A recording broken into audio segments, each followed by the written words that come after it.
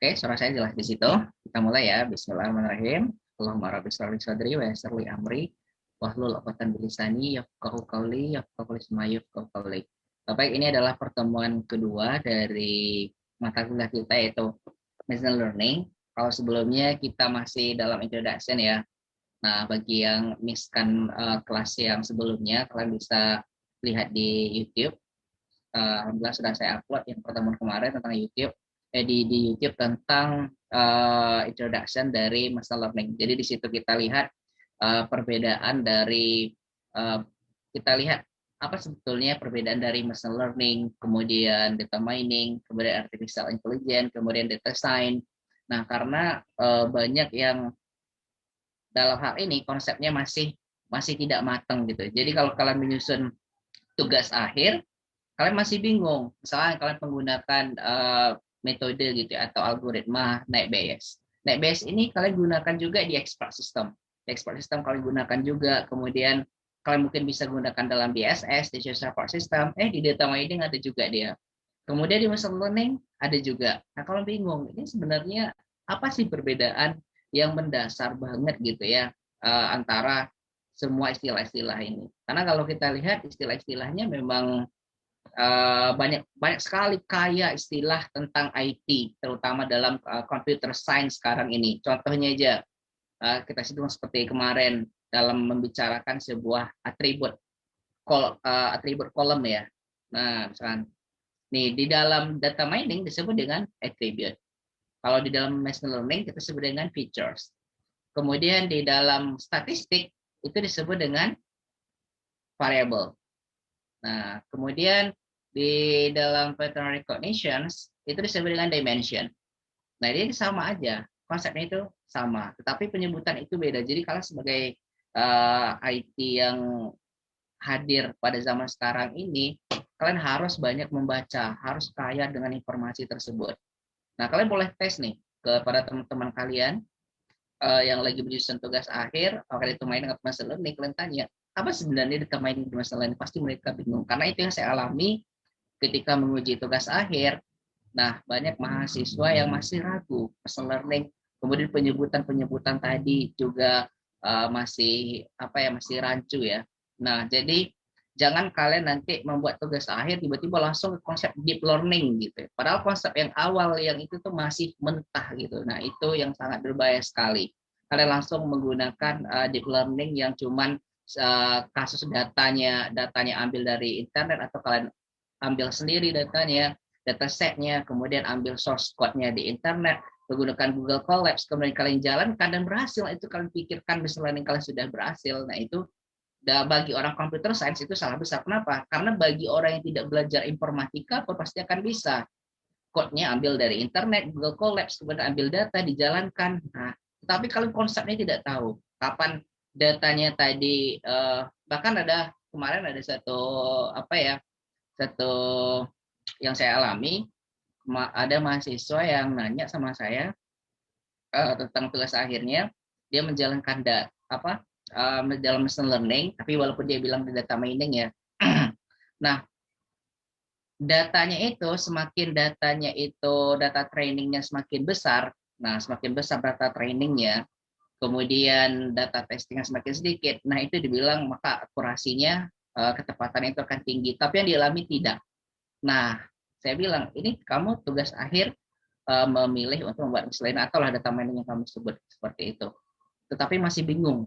Nah, kalian pun masih bingung perbedaan dari presisi dengan akurasi pun masih bingung. Jadi di dalam confusion matrix itu ya, karena saya tahu nih kalian sudah mau mengambil data mining lainnya, bahkan mata kuliah pilihan juga udah berhubungan seperti itu. Tapi kalau saya tanya tentang presisi dan akurasi, kalian pasti juga bingung. Apalagi sudah masuk kepada recall, kepada F majors. Nah, itu yang saya tanyakan dalam tugas akhir, banyak mahasiswa yang tidak tahu.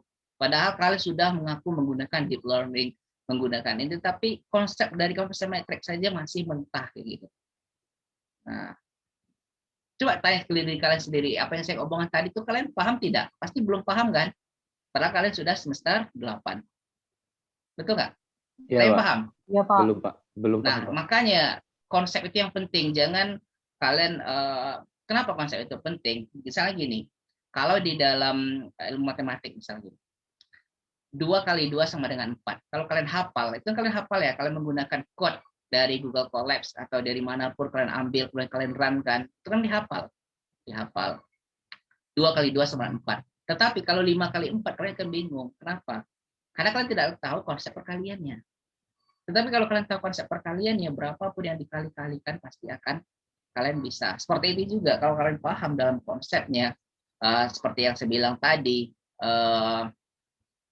data mining seperti ini, decision support system seperti ini, kemudian expert system seperti ini, pattern recognition seperti ini, information retrieval seperti ini, machine learning seperti ini, data mining seperti ini, data science seperti ini, maka kalian akan mudah karena dia sangat berkorelasi banget gitu. Seperti yang kita gambarkan sebelumnya, dalam the broad yang besarnya itu adalah ini artificial intelligence, kemudian kecilnya adalah data science, kemudian artificial intelligence ini ada machine learning. Nah, di machine learning ini kecilnya ada lagi disebut dengan deep learning. Nah, kalau data mining mana? Data mining itu adalah bagian dari KDD, knowledge discovery-nya. Tapi ada persamaannya ada. Jadi tidak salah juga orang mengatakan bahwa machine learning dan data mining ini adalah sama. Kenapa?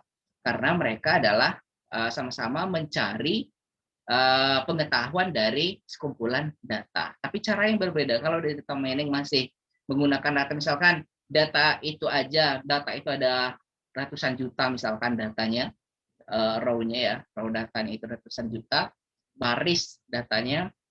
Nah, dia cuma mengambil misalkan data pelanggan, data antara apa yang paling sering dibeli orang. Nah, itu seperti itu aja. Tapi kalau sudah machine learning, dia sudah bermain di algoritmanya. Nah, dari data itu dipelajari, kemudian diberikan data baru dan dihasilkan. Itu konsepnya adalah training and testing, sudah ada di machine learning. Jadi setiap yang ada training and testing itulah konsepnya menggunakan dalam konsep machine learning. Tapi kalau data mining biasa, konsepnya sederhananya, ya dia cuma mengambil apa yang ada di data itu aja untuk yang kita pengetahuan.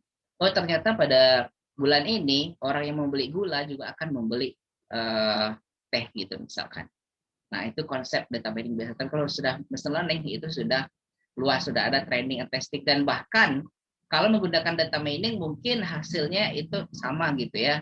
Tetapi kalau di machine learning kadang kalau kita ingin uh, mesin mencari tahu video apakah yang paling banyak misalkan diminati oleh orang di YouTube. Nah, machine learning mungkin jawaban yang pertama, machine learning mengatakan bahwa yang paling banyak itu adalah video tentang bola. Nah, yang kedua, video tentang misalkan prank gitu ya, konten prank. Nah, apakah salah? Tidak. Ternyata machine learning ini kita bermainnya di algoritma.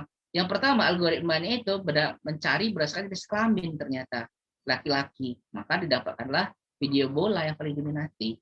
Tetapi konten prank ini ternyata semua gender, tetapi berdasarkan umur. Misalkan 30 ke bawah gitu ya, atau 25 ke bawah, atau tingkat remaja. Nah, sama-sama. Nah, itulah rumitnya machine learning. Kadang hasilnya berbeda karena kita bermain di algoritma dan sudah masuk kepada tahap optimization. Makanya di luar negeri data mining itu adalah tingkatannya lagi seperti data mining and optimization, karena optimasi itu sudah menggunakan konsep machine learning. Nah, seperti itu. Nah, sebenarnya jelasnya lagi kalian silakan lihat yang minggu lalu ya, soalnya ini cuma sekilas aja karena banyak yang kemarin tidak ada di sini ya. Baik, saya mau share dulu ya. Saya perlu apa nih? Tentang sekarang machine learning categories. Jadi itu adalah tema kita sekarang ini.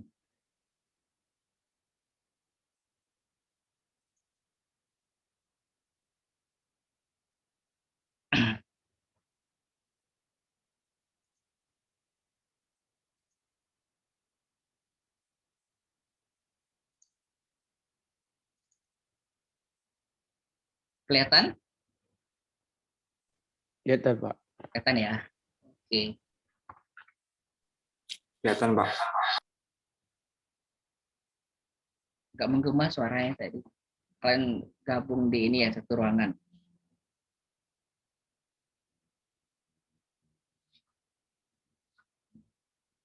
Jadi topik kita pada chapter yang kedua ini adalah tentang machine learning.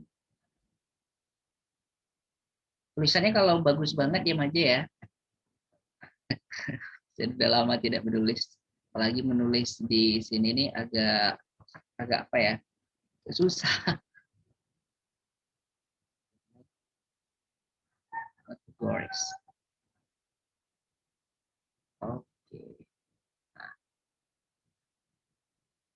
Ada yang tahu nggak apa aja kategori dari machine learning itu?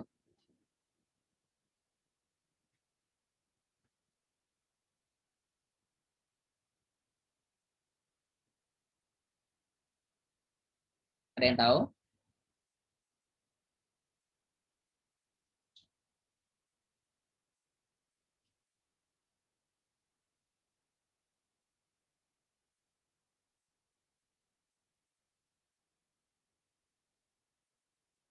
Nah, jadi machine learning itu kategorinya yang pertama itu kalian pernah mendengarkan supervised learning? Pernah?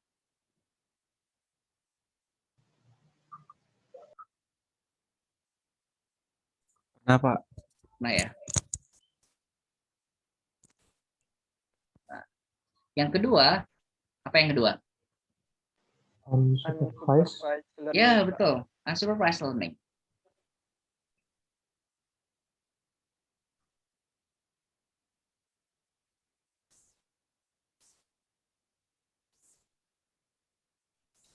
Nah, ada lagi yang ketiga nggak? Ada Apa? reinforcement learning. Yes, bagus. Siapa tadi tuh yang ngomong tuh? Saya tengok dulu. Oh, siapa tadi? Idris ya? Iya, Ada Pak. belajar itu Idris? Reinforcement. Ada nengok YouTube aja sih, Pak. Oh, dengan YouTube. Kapan setelah saya kasih tahu bahwa hari ini kita machine learning kategoris ya? Atau sebelumnya? Sebelumnya sebenarnya Pak semester lalu saya ngambil machine learning, Pak. Cuman Nah, ternyata karena ada yang ternyata mata kuliah saya yang harus diulang, jadi terpaksa saya ngulang, Pak. Jadi akhirnya dibatalkan kemarin, Pak. tapi udah masuk. Tapi saya udah ada belajar-belajar dikit, Pak. Sudah ada belajar dikit.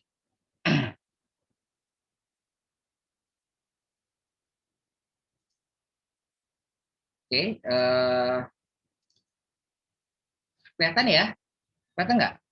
Kelihatan, Reinforcement Pak. learning. Oke.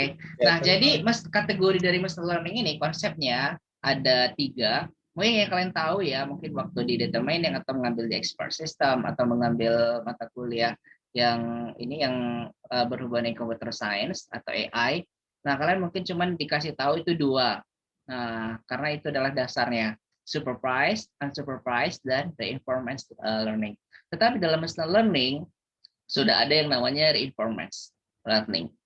Nah, jadi ini merupakan yang lebih advance-nya lah ya, kalau yang ini, yang lebih betul-betul mesin yang belajar di reinforcement. Nah, kalau di supervised learning itu pembelajaran, kalau di bahasa Indonesia apa? Pembelajaran terawasi ya, betul. Pembelajaran terawasi, yang ini yang tidak terawasi. Nah, jadi supervised learning ini ada yang tahu nggak apa konsepnya supervised learning? Coba kita diskusi dulu. Dia Zakwan, ada label, Pak. Label yang mengatur kontrolnya, Pak. ada labelnya, bagus. Dia Ya. sudah ada di labeling, gitu ya. Sudah ada label atau kelasnya ya di sini. Kemudian apa lagi?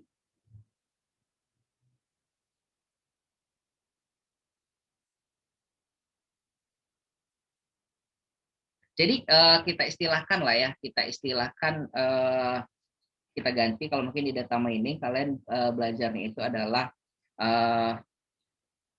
kolom itu adalah sebagai attribute. Nah, kalau di sini kita kasih nama dia adalah features. Oke? Kita kasih nama dia features. Features gitu tulisannya. Jadi jangan bingung kalau saya sebut dengan features, ini adalah attribute. Kalau di dalam statistik sebut dengan variable.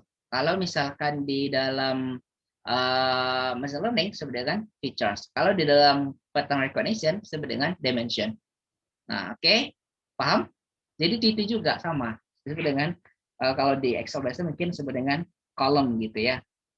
Nah, dia sudah ada labelnya di dalam features itu sudah ada label. Biasanya label itu diletakkan pada tahap akhir, di akhir dari sebuah features tadi itu diletakkan. Tapi itu cuma posisinya aja.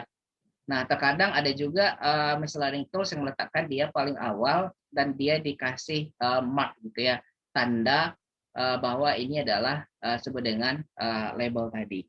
Nah, kalau misalkan di dalam matematika sederhananya, kalau data-data tadi disebut dengan X, misalkan ini column gitu ya, atau features, nggak lurus maaf ya guys. Jadi ini adalah data misalkan. Nah, dan ini adalah misalkan nama. Nah, ini disebut dengan features-nya. Kalau di dalam supervised learning, yang ini merepresentasikan represented sebagai X. Nah, ini adalah X. Ini adalah X. Sedangkan labelnya itu yang berada di sini atau kelasnya yang berada di sini disebut dengan sebagai Y. Gitu. Nah, itu di dalam konsep supervised learning. Jadi dia ada, misalkan ini data dari mobil gitu ya, data dari mobil. Misalkan ini adalah car name. Kemudian ini adalah disebut dengan year of make gitu ya, year tahunnya. Kemudian ini adalah brandnya. Kemudian ini adalah mileage-nya atau jarak tempuhnya ada berapa kilo misalkan ya. Nah, misalkan sebuah mobil, namanya misalkan Toyota atau apa, kemudian tahunnya, kemudian brandnya dari Toyota, misalkan Toyota itu misalkan Fortuner tahunnya 2010, brandnya adalah dari Toyota, kemudian jarak tempuhnya baru 15 km. Nah, yang ini adalah bagian dari X-nya. Nah, yang Y itu, Y-nya itu adalah car price-nya misalkan. Nah, harga dari mobil tersebut. Nah, ini adalah konsep dari supervised learning. Supervised learning sudah ada per price-nya. Jadi mesin belajar dari model dari X dan Y ini. Misalkan apabila tahunnya ini tinggi, brandnya itu adalah terkenal, kemudian tempuhnya rendah, maka per price-nya ini akan naik. Jadi sudah terbaca, jadi sudah bisa diawasi gitu ya.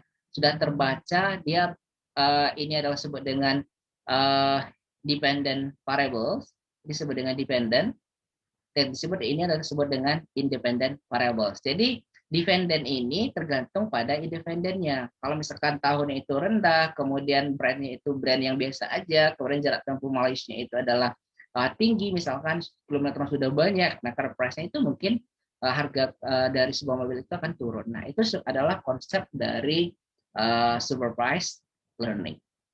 Oke. Nah, dari sini ada pertanyaan nggak dari konsep supervised learning ini? Silakan. Jadi kita mungkin disebut juga sebagai prediksi ya. Kita sudah bisa memprediksi bagaimana kalau misalkan ada data baru. Ini kan sudah training. Konsepnya, konsep machine learning itu kan training and testing ya. Training menggunakan data misalkan ada 30.000 row, 30.000 baris gitu ya datanya. Nah, kemudian ada data baru lagi, ada satu mobil, misalnya nama mobilnya itu adalah mobil satu, misalnya mobil satu, tahun rendah, brandnya brand yang biasa aja, jarak tempuhnya sudah banyak. Nah, dia sudah bisa diprediksi menggunakan new data tadi. New data. Dari mana dia belajar? Belajarnya dari training ini. Nah, new data ini akan menjadi sebuah testing. Nah, itu konsep dari machine learning yang bagian supervised learning. Nah, ada pertanyaan nggak sampai di situ? Silakan.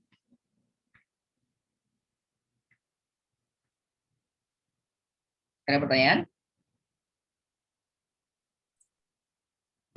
Enggak, Pak. Idris, nggak ada ya?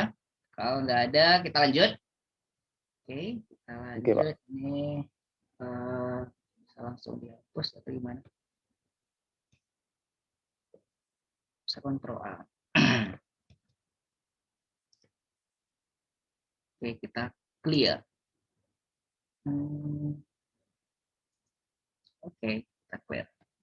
Nah, yang kedua konsepnya itu adalah apa tadi? Unsupervised, Supervised learning. unsupervised lawannya. Unsupervised learning. Ini adalah konsep ya guys. Jadi kalian jangan bingung nanti. Nah, saya juga pernah iseng nanya pada clustering gitu ya. Clustering mas unsupervised atau supervised? Kalian sudah banyak ambil mata pilihan. Unsupervised. Nah, unsupervised learning. Tetapi ada kalanya unsupervised itu dia menggunakan algoritma supervised. Nah, jadi ada semacam algoritma sebenarnya KNN, nearest neighbor. Nah, itu apakah supervised atau unsupervised? Itu kan bingung. Pasti kalian bingung kan semuanya? Ya, Pak. Nah, jadi kita perlahan, jangan langsung. Makanya saya agak bingung juga kalian langsung mengambil ini langsung membuat TA tentang deep learning. Kalau konsepnya bagus nggak apa-apa. Tapi kalau konsepnya cuman kalian mengambil data, ambil code, ngubah-ubah code sedikit, dapat hasil, begitu ada terbentur hasilnya kalian bingung gitu ya. Nah, jangan. Jadi ini adalah konsepnya. Oke. Nah, kita pelan-pelan aja ya dari konsep ini. Jadi unsupervised itu dia tidak ada labelnya seperti yang disebutkan tadi. Nah, tetapi melainkan dia itu adalah tersembunyi. Jadi patternnya itu adalah tersembunyi atau pola atau modelnya itu tersembunyi. Kenapa? Kalau yang tadi itu ada X dan Y-nya, X-nya itu adalah independent variable, sedangkan Y-nya itu adalah dependent variable-nya. Jadi sudah tahu, misalkan tadi kalau dari variable X-nya itu semakin bagus, berarti hasilnya card price-nya harganya adalah semakin tinggi. Sedangkan ini tidak ada labelnya, atau disebut dengan unsupervised learning. Nah, jadi unsupervised learning ini sebenarnya dia adalah cukup canggih, bukan cukup canggih ya, lebih canggih sebenarnya dari supervised learning. Nah, kenapa? Karena dia it's enable you to discover patterns. Jadi yang seperti saya bilang tadi, ada yang disebut dengan hidden pattern-nya. Hidden pattern. Nah, dia akan mampu untuk mengungkapkan dari yang ini tadi. Nah, ini adalah X dan ini adalah Y-nya. Tetapi Y ini tidak ada. Nah, di dalam unsupervised learning, dia cuma ada X-nya aja. Semuanya seperti independent variable. Atau features-nya itu cuma ada yang bagian XR tidak ada kelasnya. Nah, tapi sebenarnya dia lebih canggih. Nah, kenapa? Karena dia akan berusaha belajar keras bagaimana menentukan data tersebut. Nah, makanya dia kadang unsupervised learning ini digunakan untuk sebagai grup atau kelompok atau mengklasterkan, grouping. Grup atau cluster. Nah, kenapa? Karena dia mengelompokkan. Misalkan ada sebuah benda, bukan sebuah benda, ada banyak benda misalkan. Ada banyak benda ya. Ada banyak benda. Nah, silahkan katanya ke unsupervised ini, jadi disuruh mesin untuk mengelompokkan, menggrupkan benda itu. Kita tentukan, misalkan kelompoknya itu ada number of cluster-nya, itu adalah misalkan alfanya adalah misalkan 3, berarti ada 3 kelompok. Maka dicarinya, misalkan ini item ini, berdasarkan warna misalkan.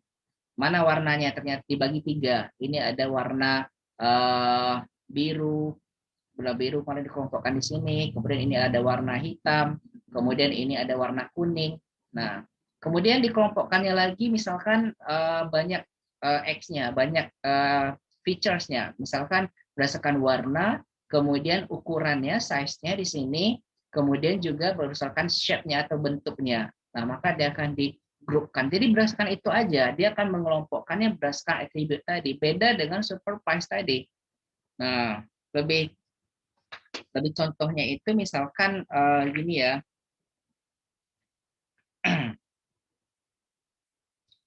misalkan data. Ini data, saya keluarkan dulu.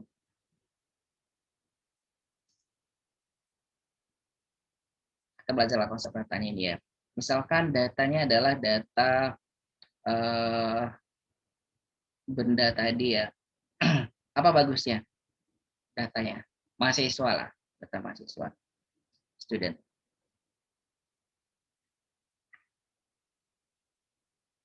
Mahasiswa, ini data mahasiswa. Ini adalah atributnya itu adalah namanya, kemudian features-nya itu apa aja? Nama, kemudian misalkan name, ya name. name, IPK, atau kalau ada bahasa Inggris disebut dengan CGPA ya. Kemudian ini disebut dengan apa? Satu lagi, IPK, jenis kelamin. Jenis kelamin. Nah, misalkan ini adalah nama, name, IPK, dan ini adalah jenis kelamin. Nah, kalau di sini kita tuliskan, misalkan lulus gitu ya, atau tamat. Tamat. Nah, ini sudah ada Y-nya. Nah, ini adalah X ya. Ini sudah ada Y-nya. Tetapi dalam konsep machine learning, yang unsupervised, ini tidak ada. Nah, ini tidak ada. Yang ada cuman ada yang ini aja. Oke, paham? Jadi ini konsep dasarnya dulu. Kalau di supervise itu ada labelnya. Kalau di unsupervised itu tidak ada labelnya atau kelasnya. Yang Y-nya itu tidak ada. Ya. Nah, kalau nama, misalkan namanya Zakwan, kemudian siapa lagi namanya Jozu, kemudian Hamdan. Nah, ini disebut dengan row atau baris. Row 1, row 2, row 3. Nah, sedangkan ini disebut dengan features. Features 1, features 2, kemudian features 3. Jadi kalian jangan orang ngomong features ya, features sama kalian. Orang ngomong attribute. Jadi udah tahu bedanya ya. Kalau data mining ini disebut dengan attribute-nya. Oke? Paham nggak sampai di sini? Paham Pak, insya Allah. Ya, kita pelan-pelan ya. Nah, kadang features ini di dalam pattern recognition seberapa tadi, Pak Zakwan? Dalam pattern recognition, pengenalan pola, features seberapa? Yang di data mining Pak, attribute. Kan data mining attribute. Kalau di dalam pattern recognition apa? Dimension. Pattern recognition sebenarnya dimension. Kalau di dalam ini, di dalam statistik itu disebut dengan variable. Oke, jadi itu aja, variable X, Y, kayak gitu. Jadi kalau tapi dalam machine learning saya akan menyebutnya ini features. Nah, mungkin kadang-kadang sebut juga attribute karena saya juga ngajar data mining gitu ya. Nah, itu terbalik. Tapi kalian tahu konsepnya, ini disebut dengan features. Nah, oke. Nah, yang ini disebut dengan row ya. Row 1, row 2, row 3. Disebut dengan row. Yang merepresentasikan dari ini dari variabelnya kadang disebut juga sebagai case. Nah, ini ada juga dalam buku lain disebut juga sebagai case atau kasusnya. Dan kadang dia juga disebut sebagai nilainya, value. Nah, udah tahu belum kalau konsep seperti ini? Pak. Udah tahu sebelumnya konsep seperti ini? Pak. Belum kan? Sikit baru Pak. Nah, padahal ini udah semester 8, tapi konsepnya. Jadi kita matangkan apa-apa. Dimatangkan. Jadi, row ini row 1, ini row 2, ini adalah row 3 atau baris 3. Nah, isi row ini disebut sebagai case atau kasusnya. Kadang disebut juga sebagai value. Jadi jangan bingung nanti kalau kalian mengikuti seminar internasional atau apa orang berbicara sebagai case. Case itu adalah baris yang ini. Value juga baris yang ini disebut. Sedangkan yang atas ini 4 kolom itu disebut dengan features. Nah, kalau sudah masuk ke satu kolom ini satu kolom ya. Nah, ini lain lagi penyebutannya. Satu features yang sudah kita ketahui, sudah didefinisikan, ini namanya adalah vector. Nah, itu disebut dengan vector. Jadi ada orang sebut vector. Itu adalah vector. Ini adalah vector. Jadi sekumpulan dari features ini, ya dari single features yang sudah diketahui, didefinisikan, disebut sebagai vector. Nah, inilah vektor. Sekumpulan ini ya, sekumpulan yang kalau ini disebut dengan vektor. Dan sekumpulan dari features ini, sekumpulan dari features ini disebut sebagai matrix. Nah, itu konsepnya. Disebut dengan matrix. Jadi udah tahu bedanya. Ini adalah disebut dengan apa? Zakwan? Yang ini disebut dengan Isinya row ya Pak. ya, Cache row atau cache kasusnya atau value. Kalau ini adalah row 1, row 2. Nah, kalau yang di atas ini adalah features. Misalkan name ini adalah features pertama, IPK itu features kedua, jenis kelamin ini adalah features yang ketiga. Kalau ada yang lain adalah features. Tetapi kalau dimatematiskan, modelnya adalah disebut dengan X. Kalau dia adalah supervised, maka dia adalah yang labelnya adalah kelasnya itu adalah Y. Atau disebut dengan ini adalah dependent variable, yang ini adalah independent variable. Artinya ini tergantung pada ini. Y ini tergantung pada X. Nah, jadi ini adalah features. Kalau dia features ini diketahui, the single of the features one, yang sudah didefinisikan, define, disebut dengan vector. Oke, disebut dengan vector. Satu ini sudah ada nilainya ya. Nah, sudah ada nilainya. Disebut dengan vector. Kalau keseluruhan ini kumpulan dari features yang sudah ada value, sudah ada cache-nya, nah sudah ada cache semuanya, maka disebut sebagai matrix. Nah, kalau yang supervised, dia lengkap, ada variable X dan Y-nya, berarti ada features-nya, features yang untuk sebagai independen dan sebagai dependent. Tetapi kalau dalam unsupervised, dia tidak ada. Nah, tetapi dia lebih canggih sebenarnya. Nah, jadi unsupervised ini lebih canggih sebenarnya. Kenapa? Lebih canggih, kita coba kan. Nah, misalkan ini ada sebuah apa ya? Nah, koordinat. Oke. Biasanya kalau unsupervised itu yang klasiknya metodenya itu dan masih berfungsi sampai sekarang itu adalah metode K-means ya. K-means. Ini masih bagus ya algoritmanya. K-means clustering.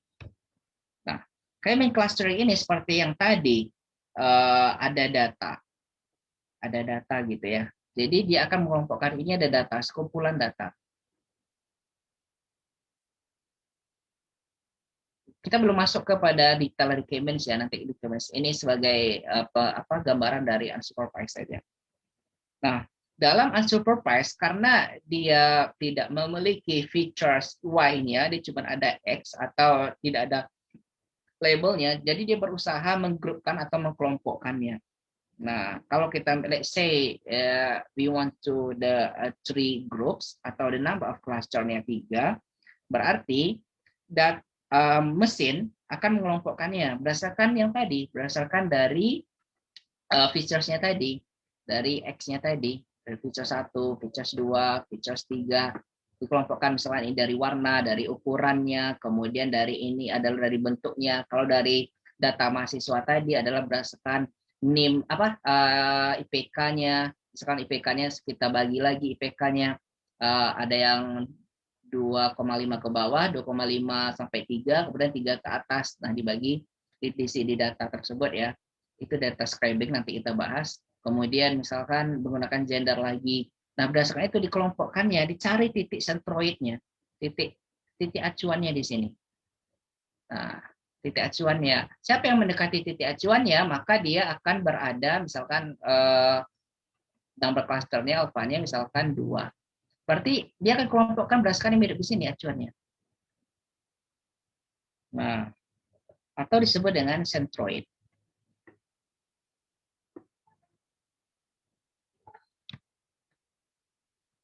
Nah, di sini bentuknya lain lagi. Misalnya gini. 3. Oke, maka yang karakteristik yang mirip seperti ini maka akan dikumpulkan di sini. Nah, inilah yang dinamakan sebagai unsupervised learning technique yang menggunakan misalkan ada banyak ya, ada sebagai K-means ini banyak juga variannya. Nah, itu adalah unsupervised. Nah, unsupervised ini canggih, banyak perusahaan yang menggunakan unsupervised ini, terutama yang melindungi data pelanggan ya. Ada yang disebut dengan data visor, kalian boleh cari di internet, data visor. Nah, saya lihat di webnya itu, di data visor-nya, dia menggunakan konsep unsupervised. Jadi kenapa unsupervised ini canggih daripada supervised? Kalau supervised learning yang terawasi, pembelajaran terawasi tadi, dia sudah ada konsep X dan Y-nya. Sudah ada independent features-nya dan sudah ada dependent features-nya. Sudah ada, tetapi dalam ini tidak ada, artinya sesuatu itu belum terjadi. Nah, polanya itu belum nampak.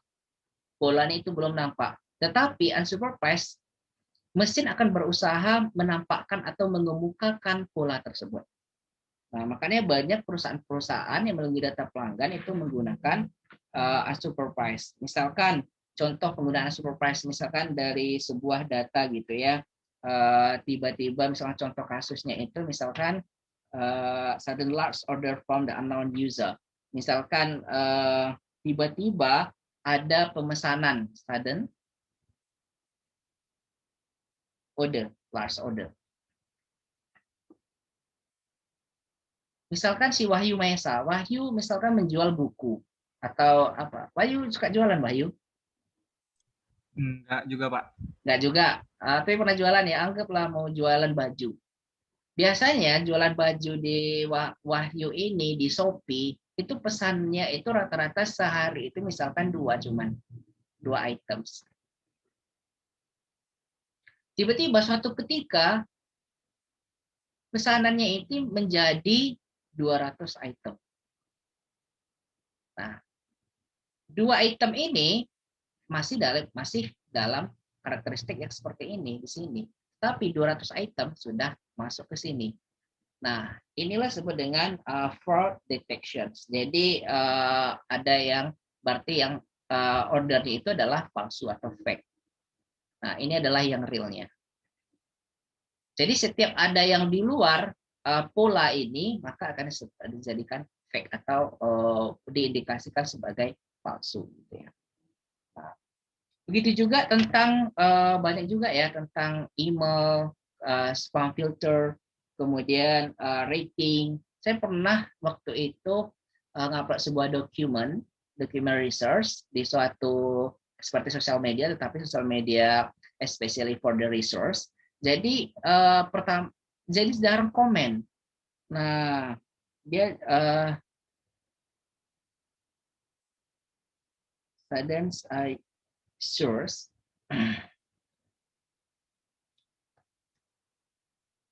rating atau komen ya. Nah, biasanya itu tidak ada komen. Kadang sudah 5 bulan komennya cuma 2. Tapi tiba-tiba ada komennya sampai ratusan gitu ya. Ratusan, misalkan 100 komen di situ. Atau rating tiba-tiba tinggi.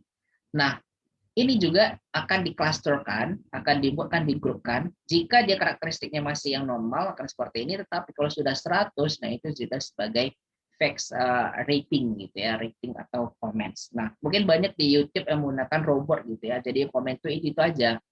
Jadi lihat polanya. Misal komennya itu hi, my name is bla bla bla. Nah, dia bukan cuma komen di tempat saya, di account saya, tapi dia komen di account yang lain, tetapi polanya sama. Nah ini dan ini bisa digunakan untuk mendeteksinya itu melalui unsupervised learning. Oke. Ada pertanyaan nggak sampai di sini? Ada ya? Oke. Zakwan? Oke, Pak. Udah? Kalau misalnya betulan apa, Pak? Kan tadi yang jualan tadi, Pak, misalnya. Oke. 200 item tadi. Ya, Kalau dia betulan beli 200 item gimana, Pak? ya kan ini sebagai indikasi, dia akan memberitahu Oh. kita. Ya itu terpulang kepada kita, berarti kita yang, misalnya gini, saya pernah ini kejadian beneran, waktu saya ngambil PhD kemarin, bukan Pizza Hut delivery ya, PhD, Dr. Philosophy di Malaysia. Jadi kan setiap semester itu bayar SPP. Biasanya saya bayar SPP itu langsung ke sana, langsung ke kampus. Tiba-tiba satu ketika saya ada urusan, saya tidak bisa ke kampus. Jadi saya membayarnya itu, fee-nya itu menggunakan online, menggunakan banking. Kalian tahu mahasiswa paling ini ya, input outputnya sama. Jadi bank itu saldonya, maksud saya misalkan dikirim 2 juta, nanti habisnya 2 juta juga, jadi nggak tersisa. Nah, tiba-tiba saya memasukkan duit ke dalam akun bank saya itu sebesar 18 juta, karena SPP 18 juta satu semester. Yang biasanya cuman ada 2 juta, 3 juta, 1 juta gitu ya, untuk makan gitu ya. Nah, tiba-tiba saya menggunakan akun bank itu 20 juta, 18 juta. Akhirnya saya pikir saya udah bayar, tetapi saya ditelepon oleh pihak akademik, bukan ditelepon, di email, kamu ternyata belum bayar semester ini. Lah, perasaan baru seminggu kemarin saya sudah transaksi. Ternyata benar, tidak lama telepon masuk dari pihak bank CIMB Malaysia. Jadi katanya ada anomaly ini transaction. Jadi Anda itu memasukkan duit tiba-tiba banyak gitu, 20 juta, dan pemakaiannya langsung habis segitu. Nah, jadi dia nanya, ini benar kami transaksi atau enggak? Kalau iya kami loloskan, kalau tidak kami blok, kata dia.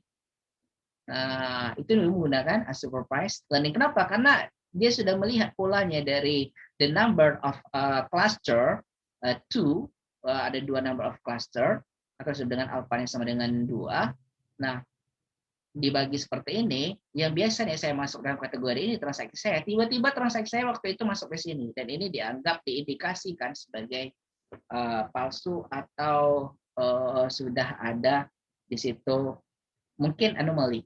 Nah, seperti itu Zakwan. Oke Zakwan? Oke, Pak. Pak. Paham ya? Kita clear kan? Kemudian yang ketiga apa? Reinforcement learning. Reinforcement learning.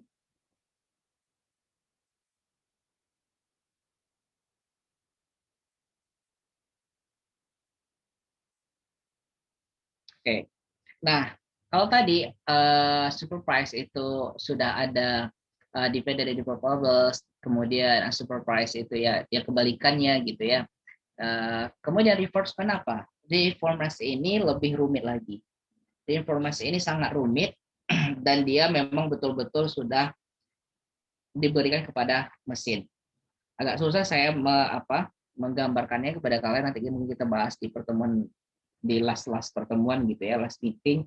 Tetapi intinya begini, dia seperti kalau bayangkan, kalau saya analogikan itu sebagai games. Nah, semuanya suka games nggak di sini? Udah kurang, Pak. Suka, Pak. Suka, mantap. Wah, juga ini suka games ya. Nah, jadi gamesnya itu anggaplah kita memiliki featuresnya itu seperti ini, state ya, state, keadaan, state-nya. Ini sebagai features one-nya atau features one, atau disebut juga sebagai X-nya gitu ya. Nah, state. Jadi dalam stage-nya ini isinya atau value-nya itu adalah positif dan negatif. Nah, di dalam games anggap tapi yang paling umum itu kalau dalam informasi itu seperti Q-learning, kalian bisa cari di internet ya, seperti Q-learning atau game-games yang lain pun sama ya, tapi cikal bakalnya seperti dari Q-learning itu. Nah, kalau di sebuah games, misalkan games apa? Saya nggak suka games ya, udah lama nggak suka games. SMA terakhir main games. Apa contohnya? Games. Yang paling umum sekarang apa, Akbar, Idris? Mobile Legend kalau sekarang. Yes, Mobile Legend. Ini kalau Mobile Legend, saya nggak tahu seperti apa. Oke lah, Mobile Legend itu permainan apa? Serius, wallahi saya nggak tahu Mobile Legend. Kayak Dota juga, Pak. Mobile. Dota tuh Wallahi juga saya tidak tahu. Saya tidak belajar. Saya tidak bohong, memang tidak tahu. Karena tidak pernah main, sama sekali tidak pernah main. Oke. Terakhir saya main waktu SMA itu, kalian tahu bermain Counter Strike. Saya tahu, Pak. ilustrasikan itu ya. Good. Jadi di Counter Strike itu gamenya seperti CS ya, Counter Strike. Sekarang udah berapa serinya guys? Seluruh serinya Counter Strike berapa? 9 ya. Sekarang udah pakai nama namanya Pak. Oh gitu ya. Itu tahun kalian aja masih SD kan ya, tahun SMA tahun 2007. 2007 2006 saya main. Nah, di Counter Strike itu kalau dia ketahuan, dia kan ada dua ya, dia sebagai kriminal, sebagai teroris, dan dia sebagai polisi ya. Nah, anggaplah kita pakai polisi atau teroris atau dimanapun ekonnya kita sebagai polisi. Kalau dia tertembak, kalau dia kena dan kalah, maka mesin akan diberitahu nilainya adalah negatif. Kalau dia menang di episode itu, dia adalah positif. Nah, nanti dia akan belajar sendiri guys. Misalkan dalam Counter Strike, misalkan ini terorisnya gitu ya, terorisnya ada beberapa strategi. Nah, ini gambar saya jelek banget ya. Strategi. Dia kan ini kan tujuannya apa? Meletakkan bom ya. Bomb is planted gitu. Saya masih ingat bahwa omongan itu bomb is planted gitu ya. Jadi sudah ditanamkan Roger that gitu ya. Ada yang masih main itu nggak selesai. Nah, jadi ini strategi 1, strategi 2, strategi 3, strategi 4. Kalau dia menggunakan strategi 1, ternyata di strategi 1 bom ini berhasil ditanam, is planted. Nah, berarti nilai plus. Strategi 2 juga berhasil plus. Ternyata strategi ini dia ketembak, ketahuan sama polisinya. Nah, ditembak dia. Ternyata kalah. Dan di sini dia bisa plus. Nah, ini otomatis akan dihindari oleh mesin. Kenapa? Karena dia tidak mendapatkan solusi optimum di sini. Dia akan belajar sendiri. Nah, begitu rumitnya, dia belajar semuanya. Dan seperti kalian main-main Mobile Legends ya, mobile, apa tulisannya, Legend gitu. Kalian menggunakan Mobile Legends. Kalian dalam 1 hari itu main 2 kali. Ini day 1. Day 1 kalian berhasil. Tapi dalam waktu lama.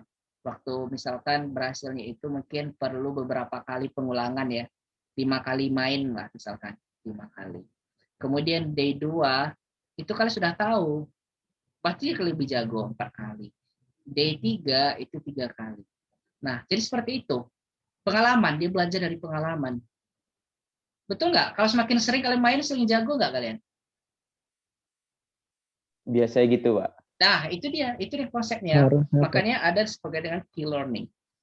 Di kalian bisa cari di internet. Nah, itulah yang digunakan konsepnya oleh ada reinforcement learning. Jadi dia tidak semata-mata ada menggunakan spesies yang ada aja, tetapi dia memang belajar dari pengalaman tadi. Kalau dia kalah atau dia tidak mendapatkan solusi optimumnya, maka dia akan bernilai negatif. Nah, dia akan mencari yang positif-positif ini. Kemudian dicari lagi studi positif ini, dicari lagi solusi terbaiknya. Nah, itu disebut dengan reinforcement. Itu konsep dasarnya ya yang membuka wawasan kalian. Tapi sebenarnya lebih rumit lagi. Mungkin kita akan menggunakan berbagai algorithms nantinya dalam reinforcement learning. Oke guys, ada pertanyaan sampai di sini? Saya sebenarnya ada pertanyaan nih Pak. Oke. Saya tertarik tadi sama yang data visor barusan saya searching. Dia bisa mendeteksi fraud. Yes, fraud detection, Ya, memberikan signal ketika ternyata ada detection dari fraud. Nah, ini yang setahu saya kan Pak, setiap kali ada untuk melihat hasil dari machine learning kan berarti kan datanya harus dilatih dulu tuh Pak. Ini kan untuk melihat hasilnya berarti kan harus ada dilatih datanya apa gimana gitu Pak ya. Ini berarti secara real time Pak ya? Atau saya bingung, berarti setiap kali ada data yang masuk dilatih muncul hasil begitu cepatnya berarti sistem mereka gitu Pak ya? Nah sebenarnya data visor ini saya cuma iseng aja. Jadi waktu saya buat slide dalam data mining kalau nggak salah semester kemarin, jadi muncul web itu. Dan ada penjelasannya cara kerjanya, algoritmanya itu adalah uncover the hidden of patterns in the data. Jadi instead of the supervised learning, tapi dia malah mencari pengalaman-pengalaman yang sebelumnya tidak ada. Kalau seperti dari supervised learning ya seperti tadi, ada datanya, misalkan data kalau mobilnya itu jarak tempuhnya sedikit, kemudian branch-nya itu branch yang memang commonly, yang umum, kemudian apa tadi lagi kalau dalam features-nya dalam mobil, miles ya miles jarak tempuhnya, milesnya jarak tempuh, kemudian brand-nya, kemudian tahunnya tinggi, nah, otomatis berarti dia belajar dari data-data tadi, data-data yang real. Nah, misalkan si Wisnu membeli mobil, tahun tinggi, branch-nya tinggi, kemudian mileage-nya jarak tempuhnya rendah, dibelinya 100 juta. Kemudian Putri Mardatila tahunnya rendah, mobil branch-nya itu branch yang tidak umum, kemudian jarak tempuhnya sangat tinggi, dibeli misalnya dalam 50. Dan begitu seterusnya. Jadi dia belajar dari pola tadi, ternyata polanya semakin variabel independennya itu semakin bagus, harganya juga akan semakin tinggi. Nah, tetapi ada kalanya fraud detection seperti yang saya gambarkan tadi, di fraud detection tadi. Ada transaksi, ternyata dia akan digrupkan, dia tidak tahu apakah transaksi ini golongan tinggi atau golongan rendah, kayak gitu, karena tidak ada labelnya. Apakah dia transaksi ini adalah fake atau real, tidak ada labelnya, dia tidak belajar.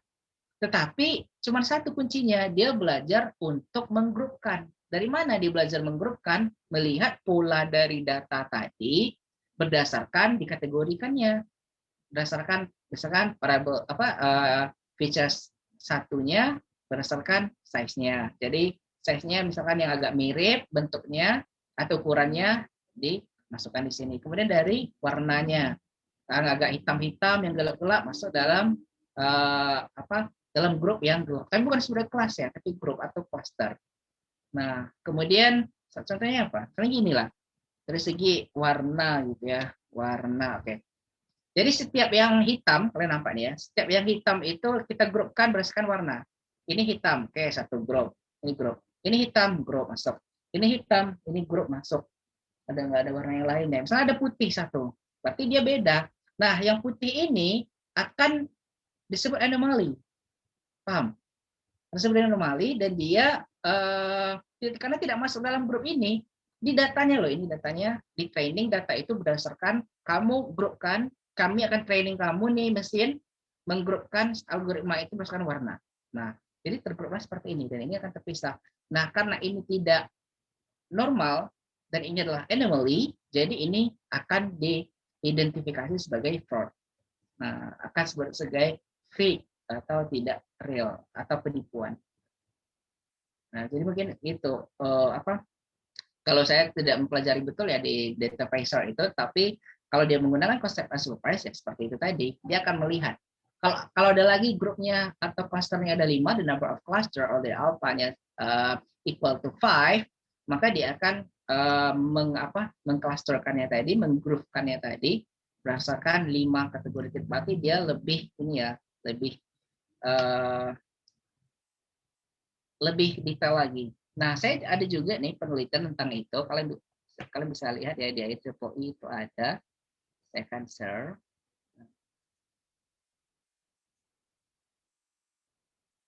Cek mas ya.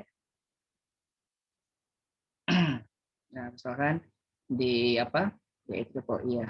IEEE Explore. Oke. Itu ada beberapa riset saya tentang cluster, terutama tentang COVID-19. Kita bisa cari.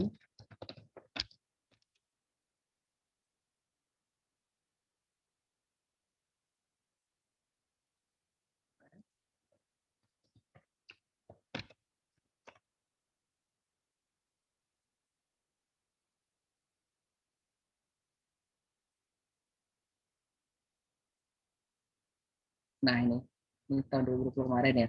Saya menggunakan clustering K-means dalam menggrupkan negara-negara atau negara yang ini ya, yang terdampak dari COVID-19 tadi untuk menganalisis resikonya. Nah, jadi saya juga selain menggrupkan atau mengklasterkan negara tersebut, saya juga mengungkapkan di sini tentang number of clusternya. Jadi kalau number of clusternya 5, karena kita lihat sekarang ini ya, dari riset dari unsupervised itu, kalian tidak beraturan menentukan itu. Karena apa dasarnya menentukan 5, menentukan 3, nah itu sembarang aja kan. Nah, saya maunya 3, number of clusternya saya maunya 4. Nah, di sini di paper ini saya berusaha untuk mencari dasarnya gitu. Nah, ini gratis download. Kenapa? Karena dia adalah bagian dari COVID-19. Jadi setiap COVID-19 itu gratis download. Nah, kalau tidak itu biaya itu $31 biasanya. Nah, ini guys, ini hasil dari dari riset saya itu. Jadi ini number of cluster. Jadi kalau number of clusternya itu sedikit, 5, maka performance itu naik 97%. Kalau dia semakin naik 10, number of cluster itu 10 kelompok ya, dia performance akan turun. Jadi di sini saya simpulkan bahwa semakin tinggi, semakin banyak grupnya, number of cluster, maka performance-nya akan semakin turun. Di sini saya sebut sebagai accuracy. Tapi performance. Kenapa? Karena accuracy itu dalam compression metric-nya si supervised learning. Nah, tetapi kalau lihat di sini, square error-nya, jadi dalam parameter evaluation and testing-nya, sum of square error, justru cluster yang semakin banyak itu, maka sum of cluster error-nya, kesalahan dalam dia mengcluster itu adalah sedikit. Nah, jadi di sini ada dua, saya menyediakan penelitian ini, dua pertimbangan. Kalau kalian ingin menentukan clusternya itu banyak, maka performanya akan turun, tetapi keuntungannya kesalahan dalam mengklasterkan itu akan sedikit. Nah, kalau kalian membuat cluster itu sedikit, jumlah clusternya sedikit, maka performanya naik, tetapi dalam parameter sum of square error-nya akan besar. Jadi parameter ini banyak. Ada namanya RMSE ya kalau bahasa Indonesia-nya, atau root mean square error. Ada namanya sum of square error. Ada yang error biasa, yang perbandingan dari accuracy-nya. Nah, ada yang menghubungkan recall dan F majors-nya. Nah, jadi evaluation testing itu sangat banyak sekali. Nah, itulah machine learning ini penuh dengan dengan resource. Oke, ada pertanyaan kira-kira? Jadi kalau nanti saya kasih link dari paper ini, mungkin ke kelas Hamdan kayaknya udah saya kasih ya, Hamdan. Karena yang gratis itu di IEEE cuma paper yang COVID tadi. Tapi kalau yang lain tidak, itu bayarnya $31. Mungkin kalian bisa pakai Sci-Hub ya, tapi saya nggak mau, biar berkah kalian, saya gratiskan aja gitu. Oke? Pak, saya mau bertanya, Pak. Oke, ini siapa nih? Teknik informatika aja di sini. Siapa namanya? Khairunas, Pak. Oke, Runas. Jadi nanti hasil dari grup clustering itu bisa dijadikan label nggak, Pak? Bagian Boleh. Nah, itu lain unsupervised. cara lagi. Boleh, bisa dijadikan label. Tetapi saya pernah membuat riset tentang itu. Jadi ada data, saya ingin membuat dia menjadi supervised learning, membuat label. Bisa. Misalnya kayak tadi kan. Tapi kita harus mengidentifikasi dulu hasil dari itu betul-betul dengan karakteristik yang sama atau tidak. Contoh dari apa tadi mungkin bisa yang terindikasi dengan fraud, palsu, penipuan dengan yang real. Nah, itu mungkin bisa. Tapi kalau kita berbicara data yang jauh banyak, big data analytic, nah kita harus hati-hati menjadikan itu sebagai label. Kenapa? Karena kita membelikan kepada mesin, kita tidak mengawasi. Ini loh mesin, pokoknya kamu kelompokkan aja dah, gitu. Terserah kamu kelompokkan. Yang penting saya ajari kamu berdasarkan warnanya aja, gitu. Atau jumlah klasternya 5, yang lain terserah kamu kelompokkan. Gitu. Nah, tiba-tiba kita minta dia menjadi label. Itu harus hati-hati. Tapi bisa. Tapi mungkin perlu kehati-hatian, apalagi dalam jumlah data yang banyak, karena kalau kita salah menafsirkan dari hasil klasternya dia, maka otomatis hubungan antara dependent dan dependent variable tadi pasti akan beda gitu. Tetapi ya kembali tadi pada fungsinya, kalau kita bertujuan untuk membuat riset mungkin boleh, tapi kalau sebenarnya unsupervised ini lebih canggih daripada supervised. Nah, gitu. Jadi nggak perlu kita kembalikan lagi dia ke supervised. Apalagi kalau kalian lihat supervised learning ini banyak kepada bentuk data yang numerical.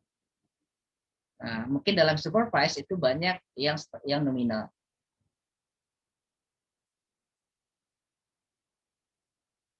Oke? Ada lagi pertanyaan? Terakhir?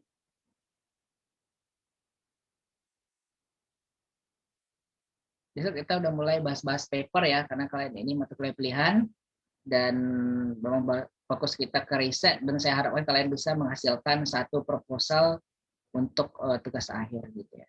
Bagi yang belum ada ini tugas akhirnya. Jadi mungkin kita nggak ada ujian akhir ke semester gitu ya. Nah, seperti yang kita janjikan kemarin, insya Allah kalian menghasilkan satu proposal, kemudian kalian berusaha defense kan proposal tersebut kepada pada panelnya. Nah,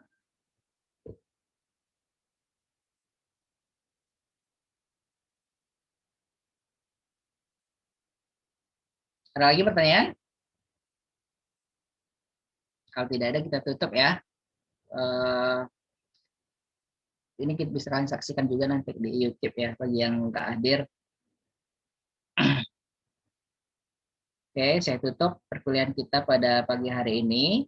Semoga berkah dan tetap jaga kesehatan ya. Salam dengan orang tua kalian di rumah. Wabillahi taufiq wal hidayah. Assalamualaikum warahmatullahi wabarakatuh. Waalaikumsalam warahmatullahi wabarakatuh. Warahmatullahi wabarakatuh, Pak.